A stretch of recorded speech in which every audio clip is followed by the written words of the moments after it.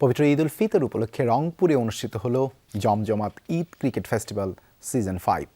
রবিবার বিকেলে গঙ্গাচড়ার পাকুড়িয়া শরীফ degree college মাঠে বেতগাড়ি প্লেয়ার্স অ্যাসোসিয়েশনের আয়োজনে এই টুর্নামেন্টে মুখোমুখি হয় বেতগাড়ি টাইগার্স ও বেতগাড়ি লায়ন্স। খেলায় বেতগাড়ি টাইগার্স টিম 20 ওভারে 284 রান করে মাঠ ছাড়ে। জবাবে 4 উইকেট হারিয়ে 127 রান করে অল আউট হয়ে যায়। পঞ্চমবারের মতো বেতগাড়ি টাইগার হয় চ্যাম্পিয়ন। টুর্নামেন্টে ম্যান অব দ্য ম্যাচ হন বেতগাড়ি টাইগারদের নিয়ন। 225 রান করে দীপু। টুর্নামেন্টের সেরা উইকেট কিপার হন হাসান আহমেদ মির্জা। পরে বেতগাড়ি মাঠে পুরস্কার বিতরণ করেন স্থানীয় এমপি রায়হান সিরাজি। খেলোয়াড় এবং দর্শকরা বলেন, নির্ধারিত মাঠ না থাকায় ওই এলাকায় কোনো খেলাধুলা করা সম্ভব হচ্ছে না। তরুণ সমাজকে মাদকমুক্ত রাখতে ওই এলাকায় একটি খেলার মাঠ নির্মাণের দাবি এলাকাবাসীর। ফুল পরিমাণ দর্শক করতালিতে খেলা উপভোগ করেন।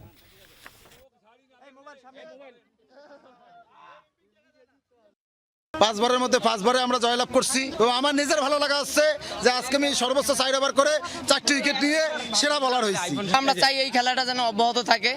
আমাদের এই খেলাটা অব্যাহত থাকলে পরে যে আমরা মাদকাসক্ত যারা আছে তারা যেন এই মাদকের দিকে ধাবিত না হয়।